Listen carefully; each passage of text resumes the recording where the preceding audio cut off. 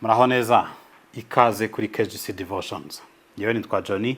KGC Devotions nayo ni channel cyangwa se urubuga ducishaho inyigisho za Bibiliya. Mu kuvuga ni umwanya wo kumva ijambo ry'Imana ngo tumenye icyo rivuga. Ni umwanya kandi wo kuryiga ngo dusobanukirwe aho bihuriye natwe.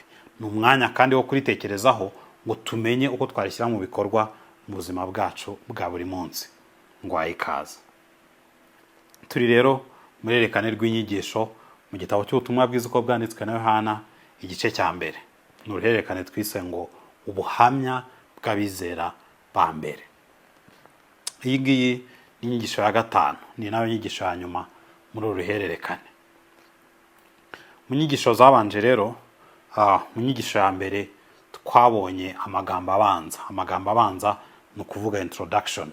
Twarebye aho Yohana adusogongeza ku byo azavugaho muri iki gitabo cyose cy'ubutumwa bwiza uko bwanditswe na Yohana. Mu nyigisho ya kabiri twabonye ubuhamya bwa Yohana intumwa. Byasaga no kuganira n'umuntu w'inzobere, kubera ko Yohana ni umwe mu bantu b'inzobere mu byo kwizera dufite muri Bibiliya. Mu nyigisho ya gatatu twabonye ubuhamya bwa Yohana Umubatiza, aho Yohana Umubatiza atubwira ku muntu ushobora guhanagura amakosa yawe yose. Mu nyigisho ya kane twabonye ubuhamya bwa Andreya. Andreya yumva amakuru ya Yesu nta kuzuyaza akamukurikira. Mbese bimeze nka kwa kundi umuntu yumva itangazo agahita akora ibyo itangazo rivuze. Andreya rero ubuhamya bwe twaburebye mu bice bitatu. Mu gice cya mbere twabonye Andreya yumva ibya Kristo. Mu gice cya kabiri tubona Andreya atagarukira gusa kukumva ibya Kristo, ahubwo amukurikira agahura nawe. Bikarangira bagiranye ubusabane bakamarana umwanya utari mutoya. Hanyuma mu gice cya gatatu tubona noneho Andreya atagarukira ku kumenyana na Kristo gusa, ahubwo agenda akazana abandi bantu kuri Kristo. Uyu munsi rero turaza kureba ubundi buhamya. Ni ubuhamya bw'umugabo witwa Filipo. Tubusanga mu gice cya mbere ku murongo wa 43 kugeza kwa 51. Birumvikana iyo iki byumva uhita ubaza ngo uwo mugabo witwa Filipo ninde? Bibiliya iramutubwira.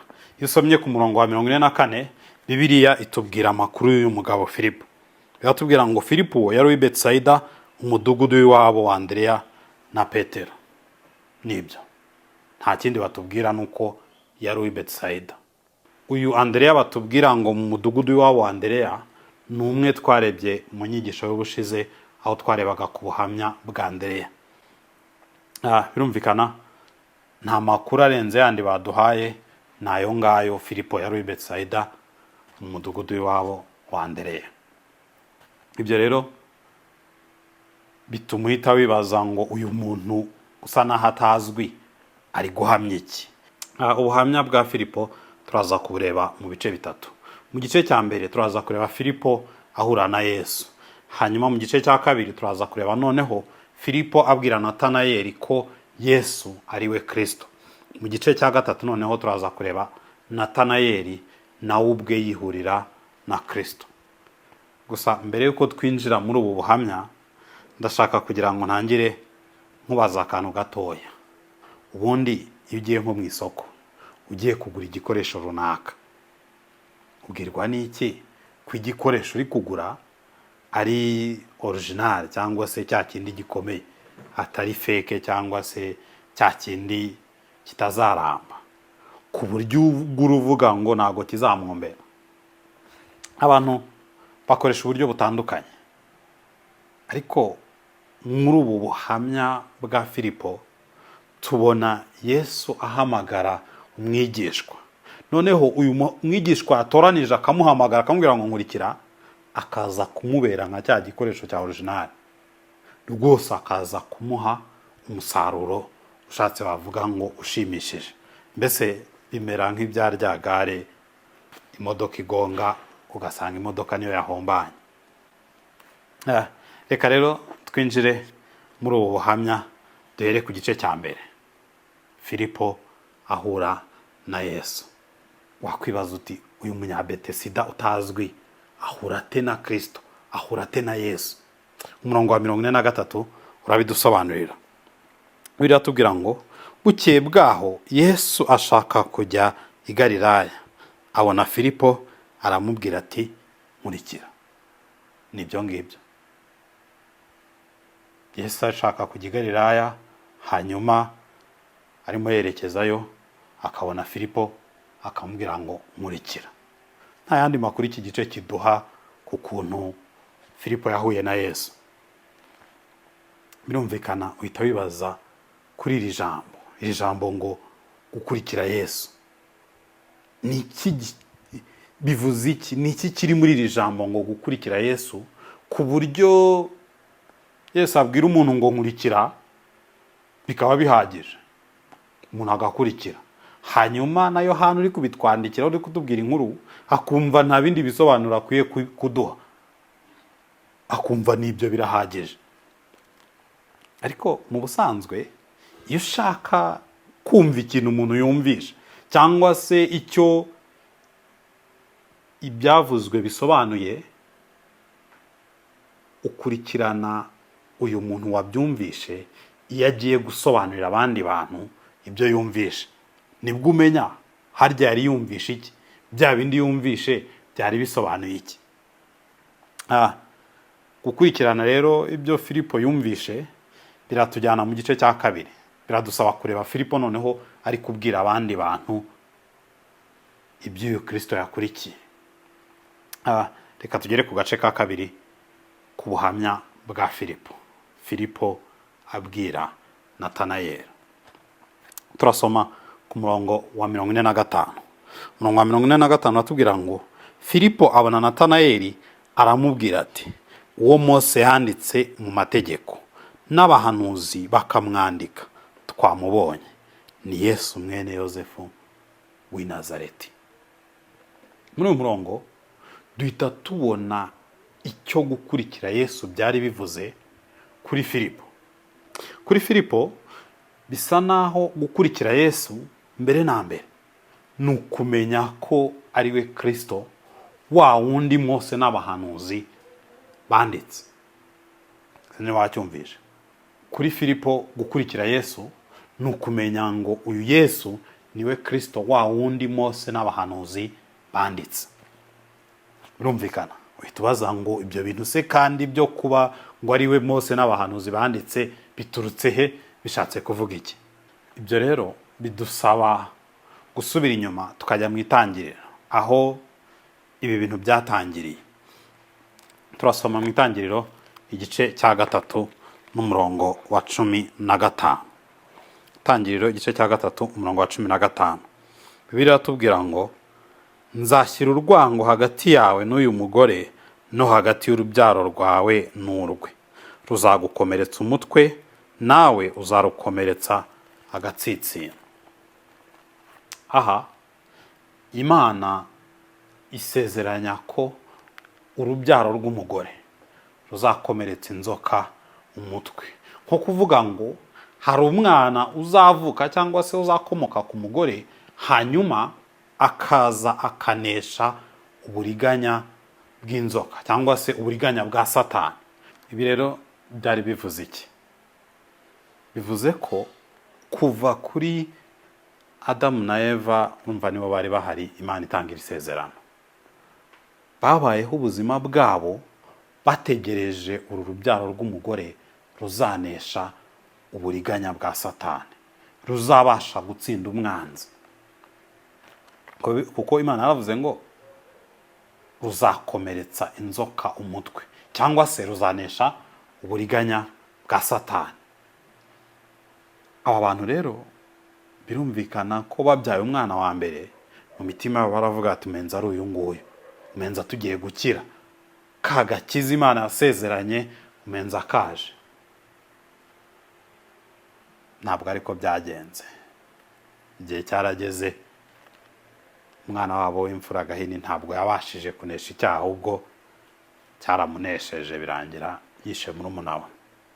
Ariko ibyiringiro byabo ntabwo byashize, bakomeje gutegereza. Icyo bari babonye nuko urwo rubyaro ruzanesha ntabwo ari Gahini, ahubwo ni urundi. Babyaye uwa kabiri, babyaye uwa gatatu, babonye bitari kuvamo, batahuye ko ntabwo ari buri mwana wese, ntabwo ari buri muntu wese, ni umuntu wihariye cyangwa se uri special niwe uzabasha kunesha icyaha. Kuva icyo gihe rero bari bategereje umuntu uzaza ari special, umwana uzavuka yihariye cyangwa se ushatse bavuga ngo yaratoranirijwe uyu murimo wo kunesha icyaha. Bari bategereje. Abantu batandukanye baravuka bakomeye ariko ntibyavamo. Nyuma rero y'ibinyejana byinshi haje kuvuka undi mwana witwa Mose. Mose arakura ngo abana n'Imana, agendana n'Imana, akora icyo twakwita ibikorwa by'indashyikirwa bitari bike, harimo no kuvana ubwoko bwa Isiraheli mu bubata barimo muri Egiputa. Birumvikana ko umuntu nk'uwo byari byoroshye ko abantu batekereza bakavuga ngo ahari uyu nguyu niwe rwa rubyaro rw'umugore ruzakomeretsa inzoka. Ariko bukeye Mose amera nka wa mugabo twabonye muri uruhererekane, umugabo witwa Yohana Umubatiza. Nawe yerurira Abisirayeli. Mu magambo dusoma mu gitabo cyo Gutegeka kwa kabiri igice cya 18 n'umurongo wa 15, birambwira ngo Uwiteka Imana yawe izabahagurukiriza umuhanuzi umeze nkanjye, ukomotse hagati muri mwe, muri bene wanyu, azaba ari we mwumvira. Aya ni amagambo ya Mose ari kubwira Abisirayeli. Bisa naho ari kubakurira inzira ku murima, niko Abanyarwanda bavuga. Ari kubabwira ngo ntabwo ari njyewe, ahubwo Uwiteka Imana izabahagurukiriza undi muhanuzi. Kuva rero muri iki gihe, kuva Mose amaze kwandika ibi ngibi, wa wundi abantu bari bategereje ntabwo yari akiri wa wundi gusa, ahubwo noneho habaye uyu nguyu Mose yanditse, uyu muhanuzi wihariye. Mose avuga ngo Uwiteka Imana izabahagurukiriza undi muhanuzi azaba ari we mwumvira. Niho Filipo akuriye imvugo. Abantu bose ubu noneho uwo bategereje ni wa wundi Mose yanditse. Niyo mpamvu Filipo azakavuga ngo uwo Mose yanditse. Nyuma rero ya Mose birumvikana hagiye haza abantu batandukanye bagakora ibikorwa by'indashyikirwa by'uburyo bunyuranye. Ariko bugacya Imana ikongera ikohereza abahanuzi bakabwira abantu ngo mukomeze mutegereze. Urumva no mu gihe cy'umwami ukomeye nka Dawidi cyangwa Salomo, Imana yohereza abahanuzi ikababwira ngo mukomeze mutegereze, kubera ko n'aba bami bakomeye, n'aba bantu b'ibitangaza bageraga ahantu bakananirwa. Imana ikohereza abahanuzi ikavuga ngo hariho undi muntu, hariho undi watoranijwe uzakora uyu murimo. Nyuma yaho haje noneho uyu muco wo gusiga abantu amavuta. Imana ikavuga ngo hariho undi muntu wasigiwe kuzakora uyu murimo wo kunesha icyaha. Aho niho hava rya jambo rikomeza kugaruka ngo Mesiya cyangwa se Kristo, ryo kuvuga ngo uwasizwe, cyangwa se tugenekereje mu Kinyarwanda ni umuntu watoranirijwe umurimo runaka. Abahanuzi rero bo bavugaga ngo hariho undi muntu wasizwe cyangwa se watoranirijwe uyu murimo. Urumva kuva mu gihe cya Mose, wa muntu bari bategereje yahindutse uwo Mose yanditse.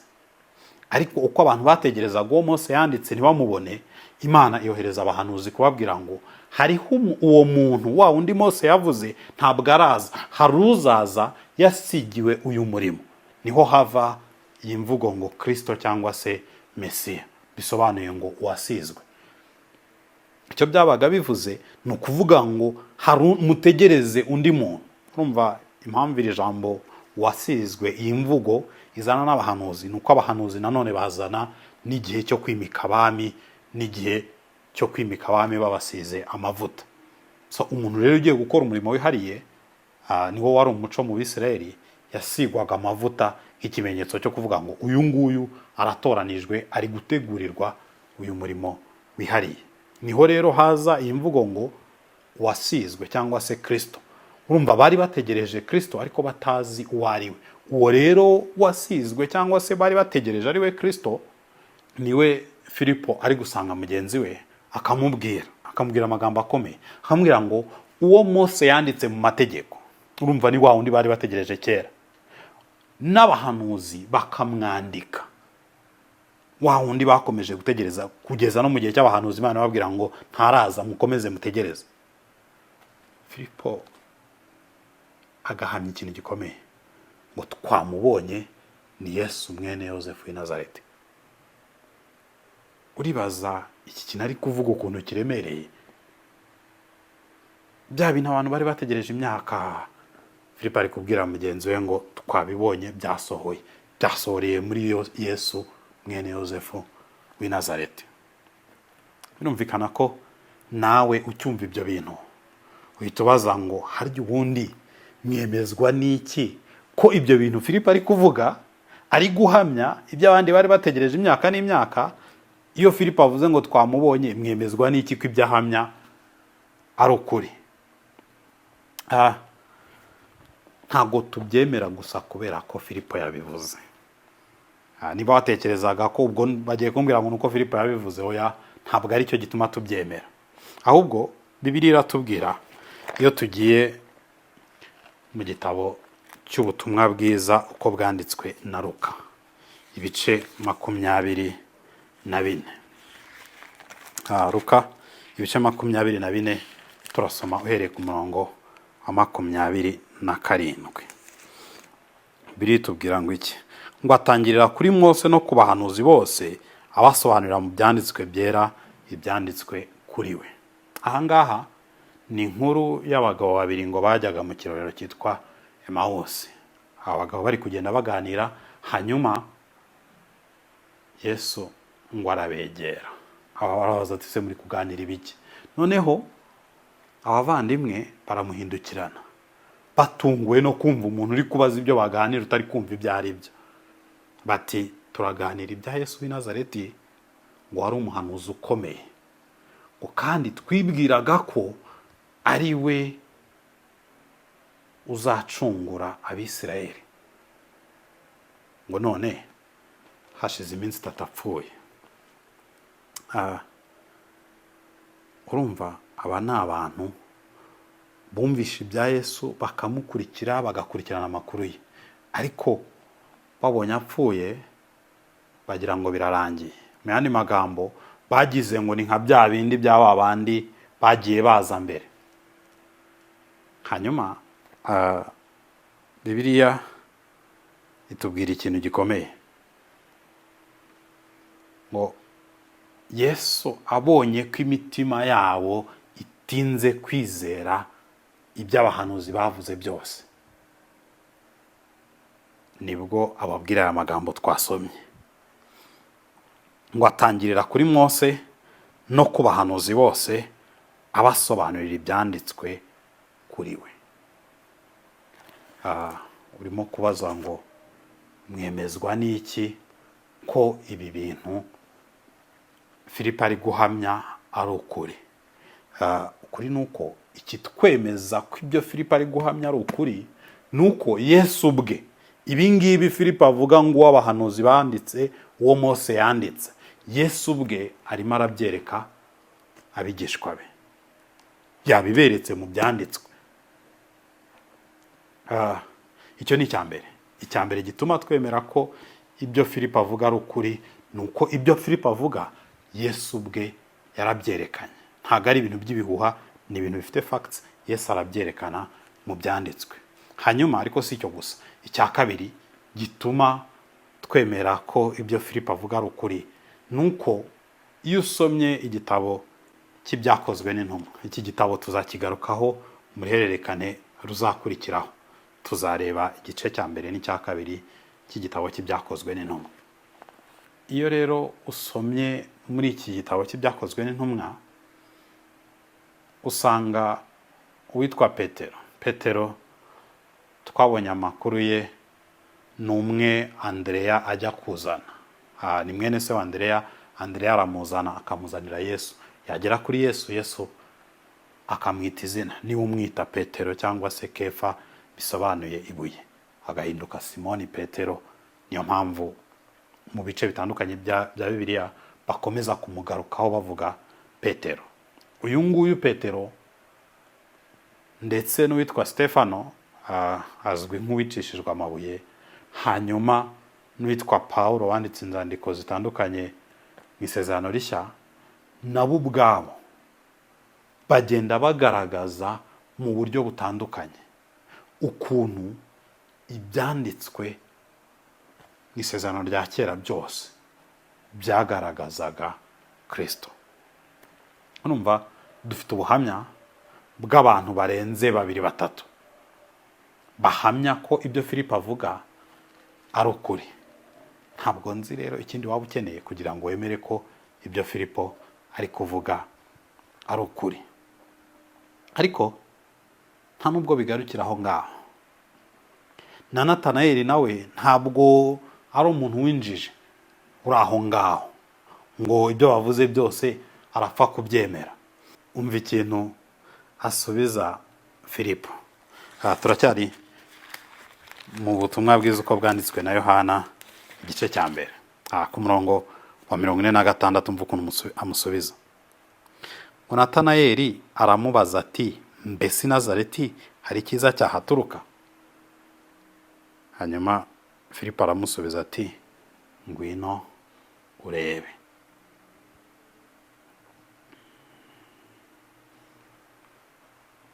Natanayeli ameze nk'abantu benshi, yumvisha aya makuru ayahuza n'ibindi yabwiwe cyangwa se ibindi yarazi kuri Nazareti, aranzura aravuga ngo ibi bintu uri kuvuga ni byiza, ariko si Nazareti hari icyiza cyahaturuka? Nkunda cyane iki gisubizo Filipo amuha. Ntabwo abanza kujya mu bintu by'impaka, ahubwo aramubwira ngo ngwino urebe. Nawe niba wumva ibi bisobanuro dukomeza gutanga bigaragaza ukuntu ibyo Filipo ari guhamya ari ukuri, ukumva ntabwo biri kukunyura, ubutumire ni bwa bundi, ngwino urebe. Ni kuvuga iki? Abantu benshi bihutira kujya impaka, ariko Yesu ni Imana nzima. Ntabwo ari igitekerezo abantu bahimbye ngo bajye impaka ngo barebe ko gitunganye. Oya. Icyo rero ukwiye gukora ni ukuza ukamugerageza ukareba, kuko igitekerezo ni cy'abantu bagoragoza bakajyaho impaka ngo mbibona gutya undi ngo mbibona gutya. Ntabwo Yesu ari igitekerezo. Yesu ni Imana nzima. Bivuze iki? Iyo ushaka kumenya niba Yesu ari ukuri, uramugerageza ureba niba ibyo avuga abikora. Urugero, ngwino umuhe ibyaha bikuremereye, wumve niba koko Yesu abasha kuruhura umutima wawe. Kubera ko dufite ubuhamya bw'abantu benshi yaruhuye imitima. Niba utemeranya nabo, nawe byigeragereze, umuhe ibyaha byawe, umubwire ngo ibyaha birandemereye, ibi birandushye, Yesu ndagusaba ngo ubinkize, urebe ko atabigukiza. Natabigukiza noneho uzabona icyo ushingiraho, ariko witahira kujya impaka, kuko ntabwo ari igitekerezo kiri aho ngaho. Ntabwo Yesu ari umugani, Yesu ni Imana nzima. Iyo umugerageza rero ukora ibyo yavuze, ukareba ko biri butange umusaruro yasezeranije. Sinzi ibikugoye ibyo ari byo, ariko Yesu asezeranya kutubatura, kuko rero tubwira ngo muzamenye ukuri, ngo kandi ukuri kuzababatura. Yesu asezeranya kubatura umwizera. Ntabwo nzi ibyaha bikubase cyangwa se ibintu byakunaniye. Aho kwirirwa ujya impaka, bimuhe urebe ko atakubatura. Noneho uzagenda uvuga ngo ntabwo abasha kubatura. Ariko kuri nuko impamvu twese turi ahangaha, impamvu wumva abantu igihugu cyose bamuvuga, ni ukubera ko barabibonye koko ko abasha kubatura. Nawe rero rekeraho ibintu byo kujya impaka za hato na hato, kuko ntabwo ari igitekerezo, ni Imana nzima. ngwino uyigerageze, ngwino uyigerageze urebe.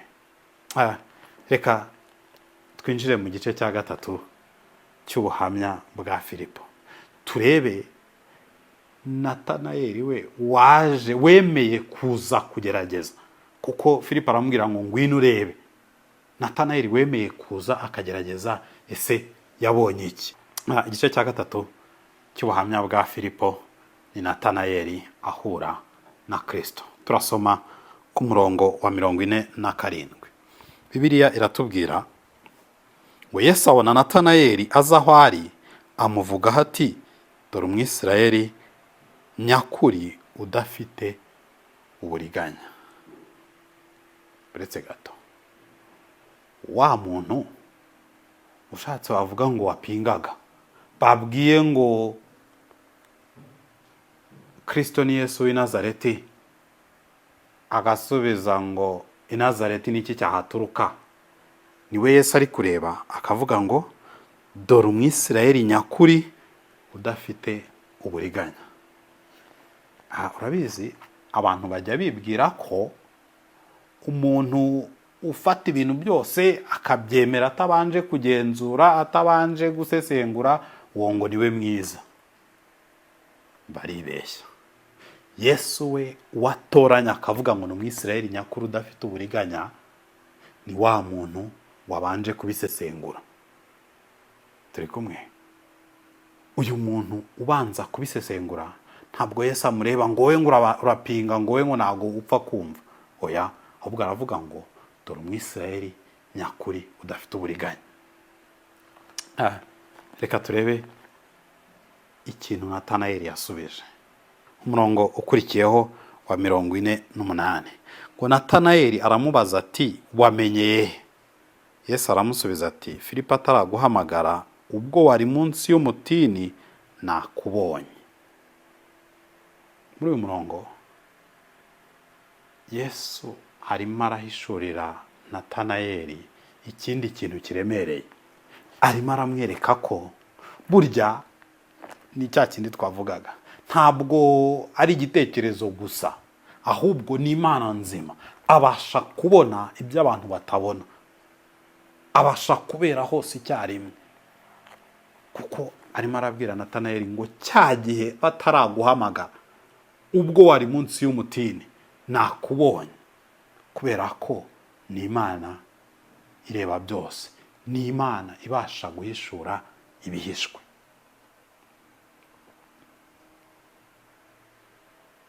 Guhishura ibihishwe ni kimwe mu bintu Yesu akomeza gukoresha muri iki gitabo cy'ubutumwa bwiza bwa Yohana, kugira ngo yereke abantu ko burya ntabwo ari umuntu uri aho ngaho, ahubwo ni n'Imana rurema. Biratangaje. Reka turebe igisubizo cya Natanayeli, wa muntu wavugaga ngo i Nazareti mbega hari ikiza cyahaturuka. Umurongo wa 49.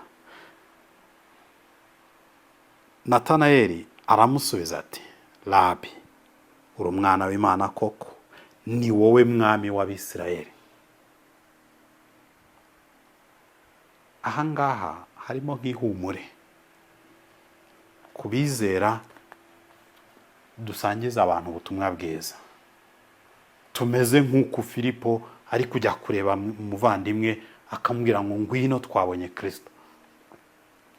Hari igihe ubwiriza umuntu ukabona ntabwo ari kubyumva, ariko umere nka Filipo, we kujya impaka, ahubwo umubwire aze agerageze Kristo. Umubwire uti ngwino urebe. Kubera ko biratangaje kubona ukuntu Natanayeli iyo ahageze agahura na Kristo, akamwereka gusa ko azi ibihishwe, abasha guhishura bya bindi bye bihishwe. Natanayeli ahita aca bugufi akavuga ngo, Rabi, uri umwana w'Imana koko, ni wowe mwami w'Abisirayeli. Gusa nanone buriya kwakira Yesu nk'umutware, nk'umwana w'Imana, ni itangiriro ryo kwizera. ariko byo ubwabyo ntabwo bihagije. Ntekereza ko ibi ngibi bituma wikanga, ngo none se ngo yemeye ko ari umwana w'Imana, ngo ko yemeye ko ari umwigisha, ntabwo bihagije. Oya, tubwirwa n'iki ko bidahagije? Reba ikintu Yesu amusubiza ku murongo wa 50.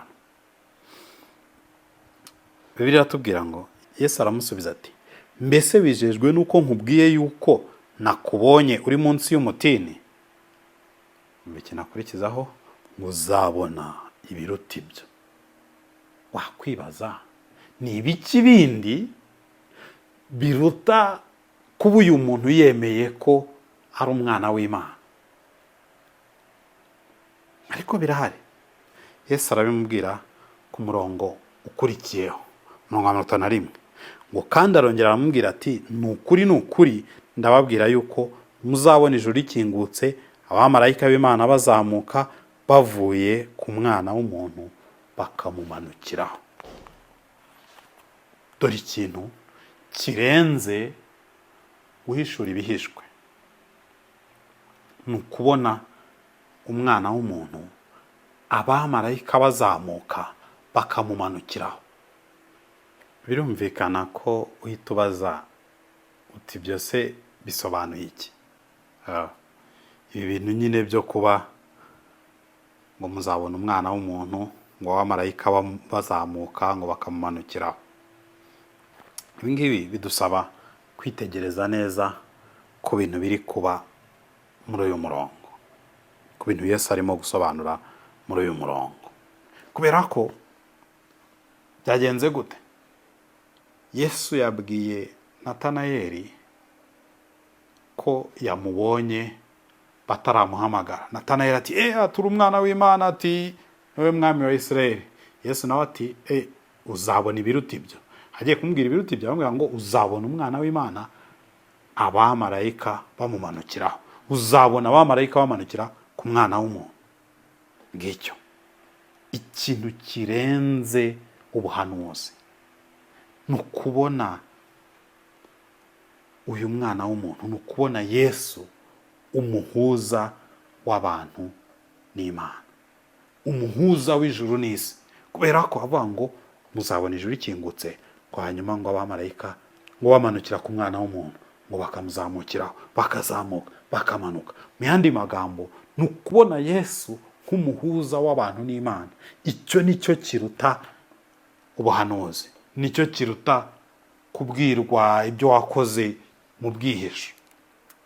Ntabwo nzi wowe uko ubitekereza, ariko turi mu gihe abantu batekereza ko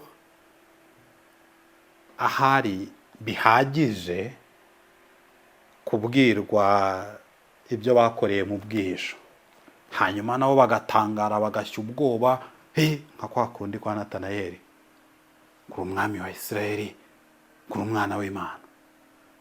Ariko ibyo ntabwo ari byo binyuze Kristo, ntabwo ibyo ari byo bishishikaje Kristo. Niyo mpamvu bamubwira ngo uzabona ibirutaho.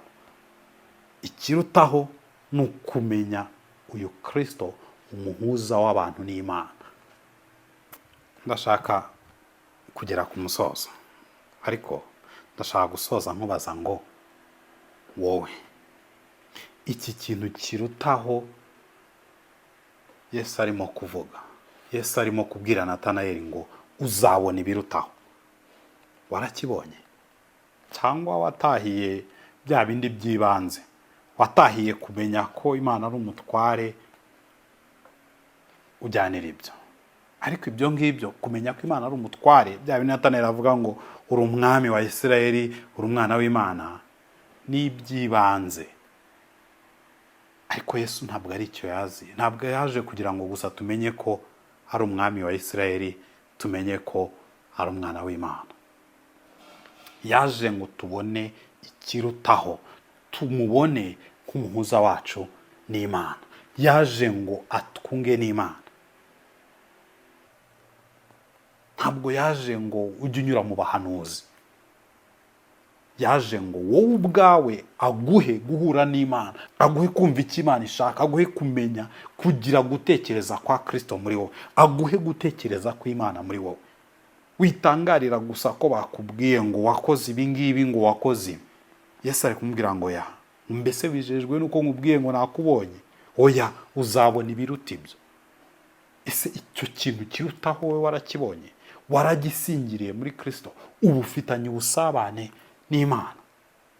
Ibyo bintu abantu bakubwira ngo Imana iravuze ngo nawe wabasha kuvugana nayo. Tera iyo ntambwe uyigerageze gusa, egera Imana uyigerageze gusa. Ntabwo uri bukenere ko abantu bakubwira ngo Imana iravuze ngo, nawe wabasha kumva ijwi ryayo, nawe wabasha kuvugana nayo, kuko nicyo Yesu yaziye. Nicyo ari kubwira Natanayeli ngo icyo nicyo kirutaho. Imana iguha umugisha. Ndashaka gusoreza ahangaha nkubwira ngo wakoze cyane. Imana iguha umugisha. Aha kandi niho dusoreje izi nyigisho z'uruhererekane ku buhamya bw'abizera ba mbere. Twari mu gitabo cy'ubutumwa bwiza uko bwanditswe na Yohana igice cya mbere. Warakoze cyane rero kubana natwe. Mu cyumweru gitaha tuzakomeza n'urundi ruhererekane, noneho tuzajya mu gitabo cy'ibyakozwe n'intumwa igice cya mbere n'igice cya kabiri. Tuzaba tureba ku ruhererekane twise ngo imibereho y'itorero rya mbere. Ntuzacikwe, naho ku cyumweru turi kumwe. Imana iguhe umugisha.